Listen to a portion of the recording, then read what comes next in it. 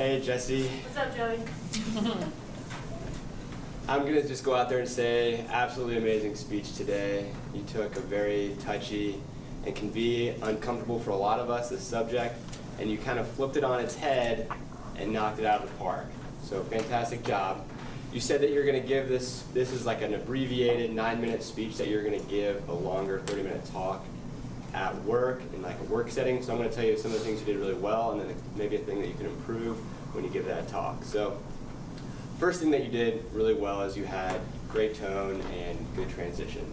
So you told me that you were going to have a more conversational tone as you were in the Toastmaster setting, and I thought that was just very smooth. And here it was calm with the kind of attitude of the speech. And I don't think you should change that when you go to the more formal work setting. I don't know if you want to go to a lecture mode when you're doing that. I think that it really hit the spot by being a conversation.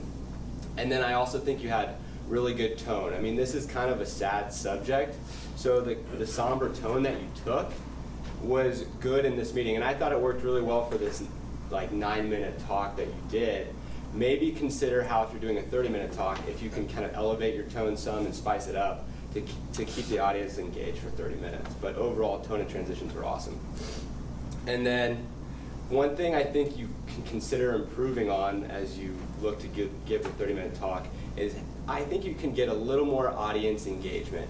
And by doing that, I don't mean like asking for a show of hands or anything like that, but you have a topic that everyone's been there and has either dealt with grief or has either had someone approach them or tell them about something that they're grieving with. So I think you can get everyone's attention early on by just having them stop and think about a time. You can say, hey, this isn't about your grief. I want you to stop and think about the time when somebody told you that someone in their family died or something like that. How did you deal with it? Did you do it correctly? Do you wish you could do it again? So really try to let them think about, oh, someone told me something, I'm going to help them in the future. And then, which leads me to what you absolutely crushed and just went with it. And you had amazing examples, and they were well researched about, this is what people tend to say when there's people who grieve, and they're not always the best, they're not always to the point, but they're easy, and we're used to saying them, and we just say them. And you had awesome examples, like, I can't imagine what you're dealing with.